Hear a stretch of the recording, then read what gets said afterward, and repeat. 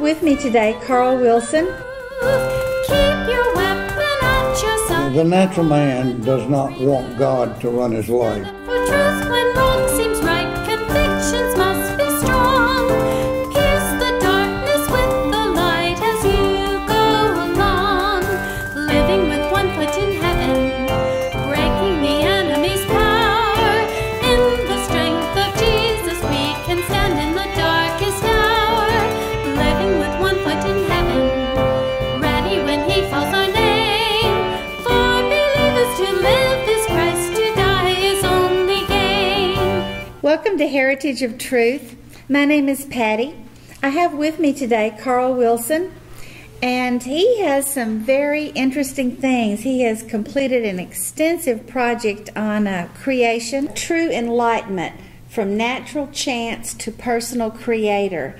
And I see here that you have, this is volume 1, 500 Years of Documented Western Science. Tell us a little bit about yourself and how you came to write your book. Patty, I was pre-med.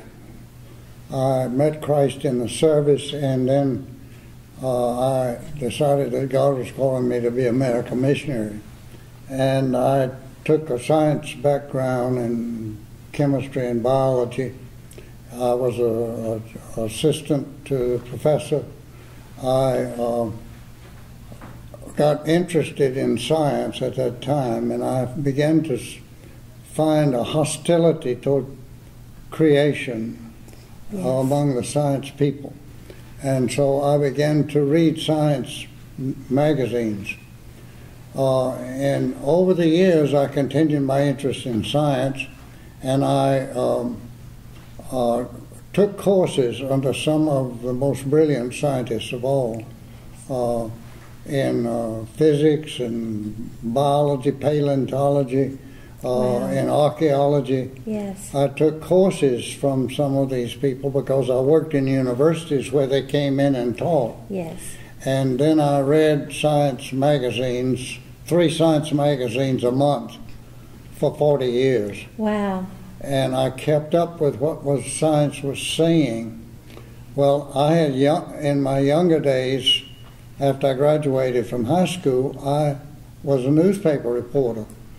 So I began to read these and write up the data and accumulate it through all the years. And I discovered that the Christians were attacking this problem incorrectly. That Charles Darwin had gained the great fame of his view of natural selection, and therefore he got rid of the idea of any intelligent design. But deists who believe God created the world and went off and left it, they can hold to an intelligence, and they can all, but then they are free to do what they want to do. Then the pantheists are those who believe that nature produces everything. And this goes all the way back to Aristotle. And I then saw that the real problem didn't begin with Darwin. It began 100 years earlier. Wow. With about the time of Immanuel Kant. He put the whole theory together. But it didn't come from studying science. It came from visions and voices. Oh, really? He took his initial view from Lucretius, the Epicurean philosopher who went mad. He took his he took further views of it from Swedenborg, who was a brilliant scientist but got off into all these visions and voices, and so, and then Kant himself had a beatific vision of how the world, all nature produced, the world produced everything. Nature did it. Oh, wow. But he called it God. And he tried to avoid the criticism of the church by using a pantheism and talking about God. But it spread from Kant all the way to England, to Herschel in astronomy, to Hutton in geology, and later to Lyell, and then, of course, to Charles Darwin. But most people don't realize there's never been any basis scientifically. They came up with the idea of all these millions of years because it was all had to happen gradually. They began to put the million of years in there. They had no way of measuring them. In fact, Lyell, with a Frenchman, changed all the dating that the Christians had made on the strata, and began to date them longer. And then much later, of course, the idea came along of using radioactive dating, where the elements produced isotopes that you could measure and how many there were. And so then they began to call this absolute dating. But the problem was that all the elements dated way too much later, I mean up into the millions of years, except for radiocarbon dating. Well, it's interesting that in time that was disproved. They found in uranium mines in Africa that you couldn't use the amount of isotopes to. In fact, they found that they were being strangely produced, and then you can produce them in the laboratories. But the problem is that this theory of evolution, which has never been proved, in this book that I have written over 40 years, it tells the whole story, but it has over 1,000 footnotes, and it quotes the scientists themselves. Every time they came up with a theory to support evolution, the scientists eventually disproved it, but they never told the public about disproving it. For instance, most people know about the Big Bang. Yes. They think that's the way the universe began. But many scientists showed that there was that didn't work out, that wasn't really true. There wasn't really a Big Bang. There's a radioactive background, but it's universal, and it has almost the same temperature. Well, all this is in the book. This is a very technical book. I think scientists, especially Christian scientists, are really going to find this one of the most useful tools in their library. I can't wait to buy it for my brother. He is a physics and chemistry professor who has a strong desire to help people understand creation, and I think this will be really good for him. Well, I come back to Genesis at the end. Now, chapter 32 is a review of the whole book, and it leaves out a lot of the technical jargon. But I thought, as you do, that it would be for scientists. I have made presentations of this book in churches and book places. And the interesting thing is, a bank president and his wife took it away from him and was reading it. A high school kid who was being taught evolution in his class insisted that his daddy buy it for him, and he's been reading it. And I have a doctor's wife in Anniston, Alabama, who has bought this, read it herself and given it to both of his pastors. And the bank president gave it to his pastor. You know, it's difficult reading. You've got to work at it, but it is really, as one of the commentators that has given high commendations on it, he says it's tough reading, but it's every time it's rewarding, it's enjoyable, because you see how it was all a lie. And because it is so in-depth, it gives you the tools that you need to accurately understand and answer those scientific questions that you might hear. I constantly am getting letters from friends, emails, that say this delivers us. Now, right now, the biggest problem is that the great argument for evolution is everybody believes it.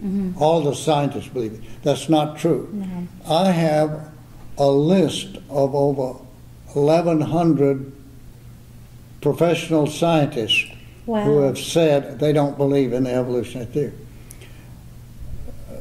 theory.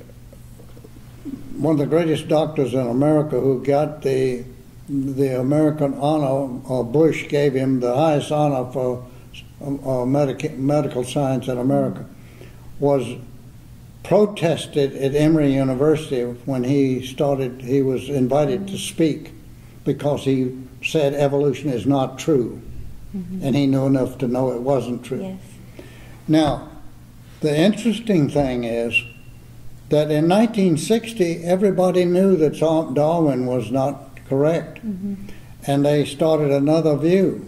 Then, just last year, and I have that in this book, there was a book put out by the professors in science at Rutgers and University of Arizona. The title of the book is Darwin Got It Wrong. And they say nobody knows how the different forms fare. Well, that book is not sold. Nobody wants to buy it.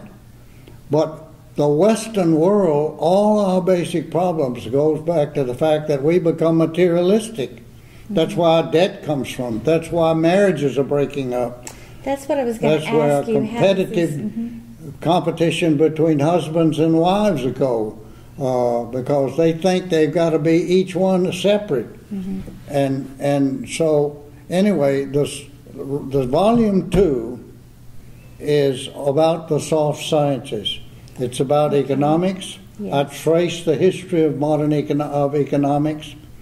I trace the history of psychology.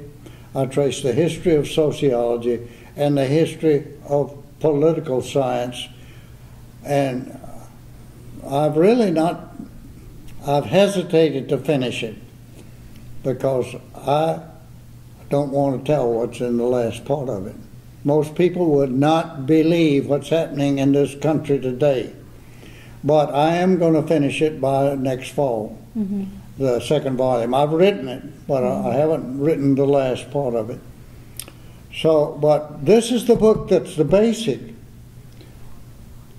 The Christianity in Europe has lost, with rare exceptions, the churches are superficial. I have two friends who have had a ministry in England, and I got an email from them. They were teaching Genesis, and they were teaching Christ as Creator, and they were denied to teach. And that's what's happening all over Europe. Yes. But in this country, since 1960, it's happening. the reason that Christianity is not allowed is not a separation of church and state. That was never in the original. All the schools were originally started by the churches. Exactly. Yes. But now they just don't want. They don't want us to be content with the modern science. Our human nature is such that the natural man does not want God to run his life. And that's how this book, the basic thesis of this book is that man's depravity has created this separate view. One of the things that I think there's going to be so many people who are going to have questions that are going to want to know more, because you have really thrown out a lot of good information that I think people are going to want to know more in depth about this. We have a web page which is bravegoodmen.org. Androgothea is a Greek word which means brave good men. Oh, okay. And we have our books listed there. You can purchase them online from our web page. Okay. And but we have other very important books which are useful. My book on the family started many of the men's ministry.